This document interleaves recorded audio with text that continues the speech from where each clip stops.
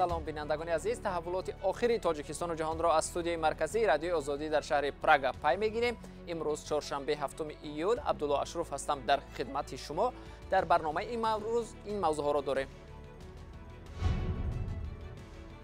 марде ки дар таҷовуз ва қатли Руфейдои 8 сола дар ноҳияи Рӯдакӣ гумонбар мешавад, боздошт шуд. Тоҷикистон сарбозони фирории афғонро ба ватан баргардонида ба ҳар гуна таҳаввулот омода мешавад, вале ҳозир вазъият дар марз ором аст. гов мол доранд, меранд замин полез доранд, гандум кардистан, трактор хайвай мехронанд. бо умеди обод кардани зиндагии ҳамсари марди солхӯрдаи серфарзанд шуд, аммо бо кӯдаконаш бадбахту дар чорсӯи зиндагӣ танҳо монд. тавара ба сар магирӣ умед кишиман қати духтара гулакор. таҷовуз ва қатли бераҳмонаи Руфейдо Иноятови 8 сола дар ноҳияи Рӯдакӣ сару садои зиёде ба бор овард. тибқи иттилои расида, бо иттиҳоми содир кардани ин ҷинояти вазнин, марди ҳамсояи қурбонӣ боздошт шудааст. ҳамкоронам Барот Юсуфӣ ва Мулло Раҷаб Юсуфӣ субҳи ин рӯз ба ноҳияи Рӯдакӣ, шаҳраки Навобод, макони зисти Руфейдои 8 сола рафтанд ва ҳоло гузориши онҳоро мебинем. ҷасади Руфейда, сокини 8-солаи шаҳраки Навободи ноҳияи Рӯдакиро мақомоти интизомӣ баъди як рӯзи нопадидшавӣ аз ҳоҷатхонаи ҳамсоя пайдо карданд. бо дархости мақомот сокинон ҷасадро берун карданд. ҳамаш тай хокда буд, дар як дасташам панҷаш намоён буд. ҳамон баъд кофтем бировардем ки калаш нест танашба. хайва чиша бировардем, ҷасадша бировардем, баъд димда кофтем ба калаш ёфт. ҳодиса соати 14 рӯзи якшанбеи 4 июл иттифоқ афтодааст. ба гуфтаи пайвандон, Руфейда барои қазои ҳоҷат ба манзили бибиаш мерафт, аммо дар фосилаи чанд метр нопадид мешавад. бегаҳ шид ки бо дигар овоза дароза баланд шид, кӯдак ғайб зада дузида. хай дигар бам хе кофтко дигар мобайни замин исосу хай ҳама бисёришта и қаршу тараф и қарши тараф то соати 1 шаба милисо кадем ҷадин сакати ко сак. бо гумони таҷовуз ва қатли духтарчаи 8 сола ҳамсояи онҳо Раҳматулло Гадоеви 30 сола боздошт шудааст. вазорати корҳои дохилӣ боздошти фарди гумонбарро тасдиқ карда мегӯяд, ҳодисаро додситонии ноҳияи Рӯдакӣ таҳқиқ дорад. ҳоло дарҳои манзили ӯ баста аст ва ҳатто наздиконаш ҳам хонаро тарк карданд. маълум нест онҳо дар бораи ин ҳодиса чӣ назар доранд. баъзе сокинон аз ҳолатҳои даргузашта шубҳаноки марди боздоштшуда суҳбат мекунанд. духтарчи ман синфи 8 буд, ҳозир синфи 11. ҳамон гӯдак ман як гуфт ки очаҷон як гав занам тона да ҳеҷ ки нагӯе. ба гуфтам чӣ? ҳамон акай Раҳматулло гуфт тарафи ман нағма мекуна, чашмак мезана. гуфтам девонаи вай хеле бача неста. оча гуфт худо занам ая ки тарафи ман хеле нағма мекуна. ман гуфтам гузашта дигар салом нате, нигоҳ накун. ҳоло волидайни Руфайдои ғурамарг интизори тантанаи адолат ҳастанд. адолате ки шояд дарди аз даст додани фарзандро барои онҳо сабуктар кунад. қатл мисол ма мумкин ки мебиромадам майдони сомонида кашфол мекардам, сангшол мекардам, ки ягон гафиди. Руфайдои ғурамарг дугоник аст ва чанд рӯз пас зодрӯз дошт. зодрӯзе ки дигар ҳеҷ фаро намерасад ба ҷуз он ки доғи фарзандро дар дили падару модар ва наздикон амиқтар кунад. таи чанд рӯзи ахир дар пайи ҳамлаҳои паёпаи силоҳбадастони Толибон ба манотиқи шимоли Афғонистон наздик ба марзи Тоҷикистон беш аз 1500 нафар низомиёни афғон ба хоки Тоҷикистон ақибнишинӣ карданд. низомиёни афғон гуфтанд нерӯҳояшон бо Толибон нобаробар буд ва барои наҷоти ҷонашон ба Тоҷикистон фирор карданд. ҳамкорам Мирзонаби Холиқзод ин мавзӯъро пайгирӣ дошт ва ҳоло бо мо дар студия қарор дорад. Мирзонаби, нахуст бигӯед ки тақдири низомиёни Афғонистон дар Тоҷикистон чӣ шуд?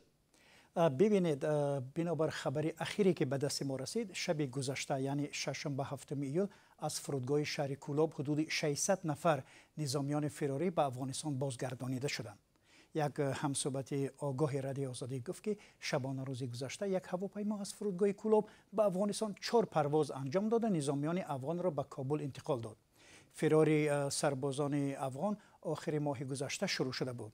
бори охир рӯзи якшанбе به شب 4 و 5 ایول 1037 نفر از نظامیان افغان با مقصد نجات و سلطان اشکاشم ولایت بدخشان افغانستان دوام شبانه روز گذشته به دست طالبان افتادند.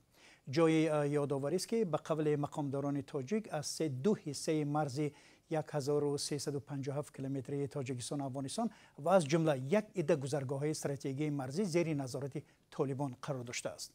میرزا نبی بجز از نظامیان که به تاجیکستان عقب نشینی کردند، از ساکنان ملکی چه خبر؟ آیا این گونه پناهندگان هم هستند و تاجیکستان آنها را میپذیرد؟ بله، پناهندگان ملکی هم هستند. با گفته مقامات تاجیک از حمله‌های اخیر طالبان به نواحی شمال افغانستان بیش از 1000 نفر پناهجویانی که به تاجیکستان رو آوردند، اکثریتشان زنان و کودکان و پیرانسالان بودند.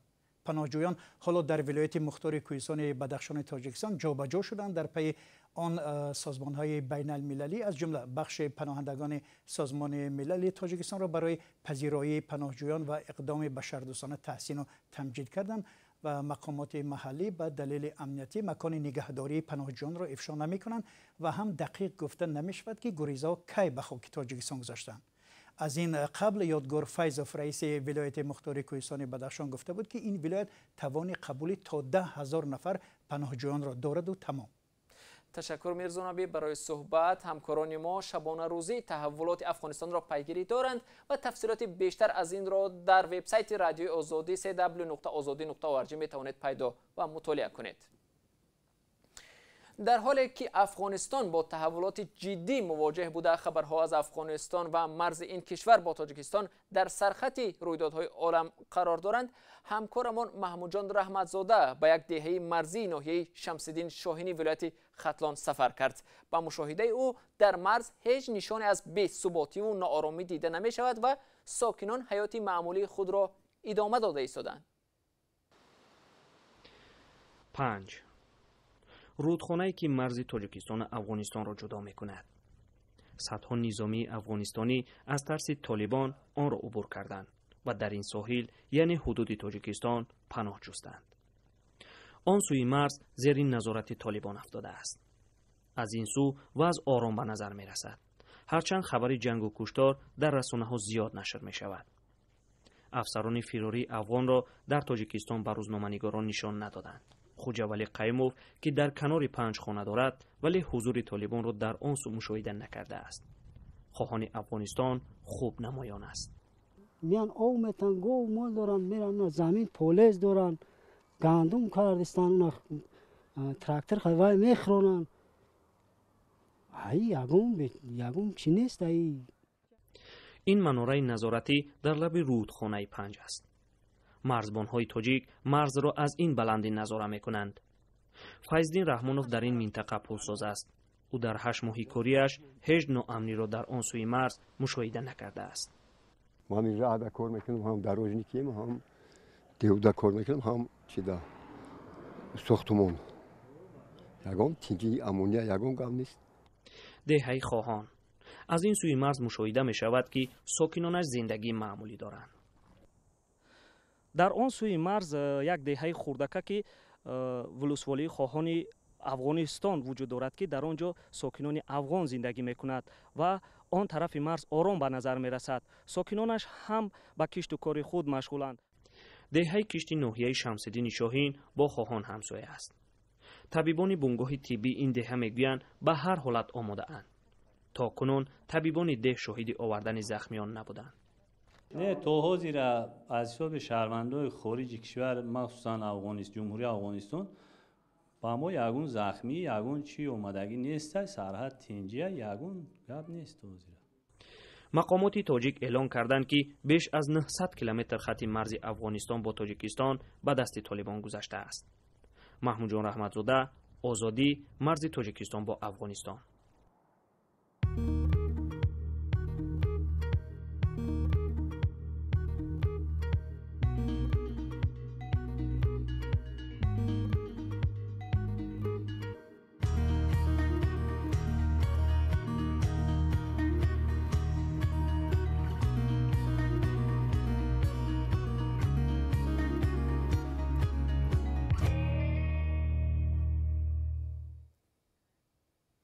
مناسبت به زنها در تاجیکستان در برخی از موارد هنوز مثل مال و اشیا باقی میماند.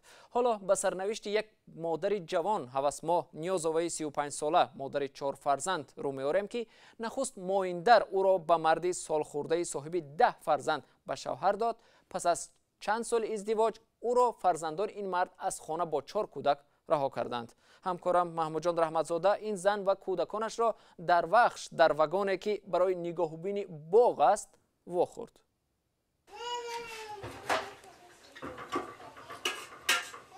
این یگانه خوردنی است که چند روز آخر این مادر برای فرزندانش میپزد.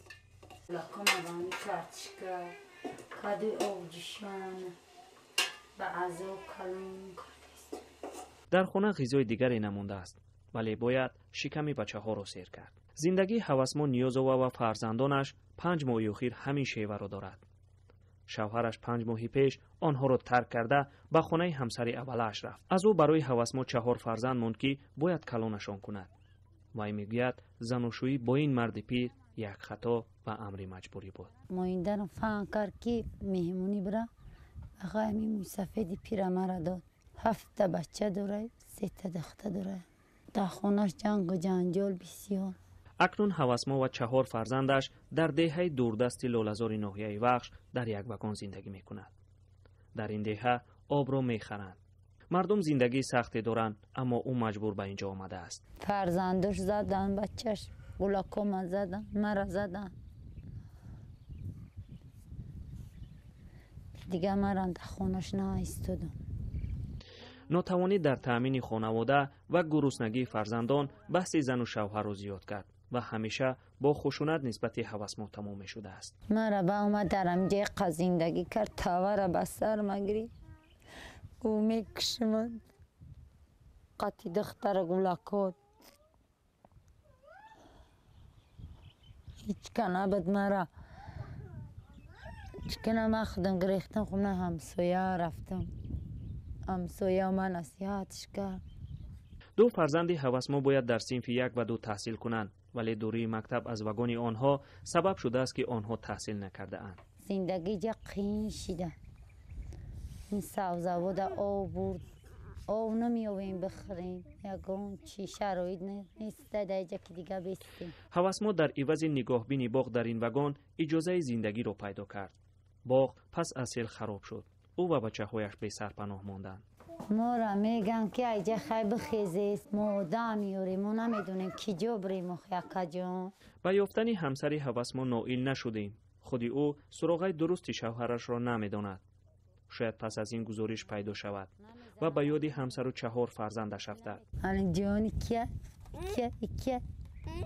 کیه بچه‌ها از اصل واقع خبر ندارند و بی‌پروا از مشکلات مادر گاه با یادی پدر میافتند و یگانه عکسی که دارند با هم تماشا میکنند.